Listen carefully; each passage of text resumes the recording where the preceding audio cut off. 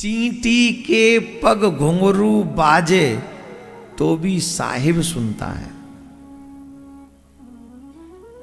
ध्यान से सुनना।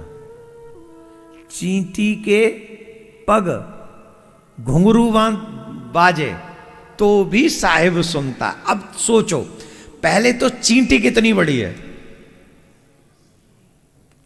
और फिर चींटी का पैर कितना बड़ा होगा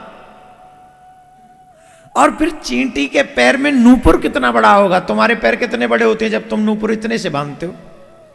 अब चींटी नहीं है इतनी सी, तो फिर उसके पैर कितने होंगे जो तुम देख ही नहीं सकते। जिसके पैर तुम्हें अपनी आंखों से नहीं दिखाई देते उसके नूपुर कैसे दिखाई देंगे तुम्हें, और जिसके नूपुर तुम्हें दिखाई ना दे उसकी आवाज कैसे सुनाई पड़ेगी तुम्हें। तो जिस चींटी के पैर के नूपुर को तुम नहीं देख नहीं सकते, अगर वो भी बजे तो मेरा मालिक उनको भी सुन लेता है। तो चींटी के पैर के नूपुर को जब कन्हैया सुन सकता है तो तुम्हारा ये 5 फीट का शरीर, 15 फीट की जीव तुम्हारी, हां शरीर से लंबी है, महाराज महाभारत करवा दे।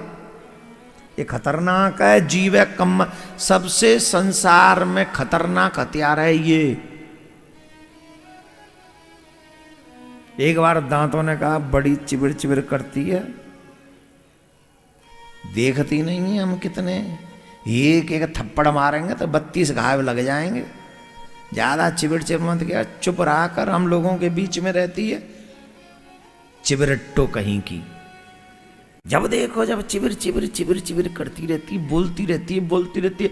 डर नहीं लगता, हम लोग 32 लोग हैं, एक एक थप्पड़ मारेंगे 32 घाव हो जाएंगे चारों तरफ। जीव ने कहा बड़े अकड़ रहे हो, बड़ा घमंड कर रहे हो, 32 होने का बल दिखा रहे हो, हमको कम नहीं समझना। तुम एक एक थप्पड़ मारोगे तो 32 घाव होंगे, और हम एक बार हिल गए ना तो सब 32 के 32 बाहर हों।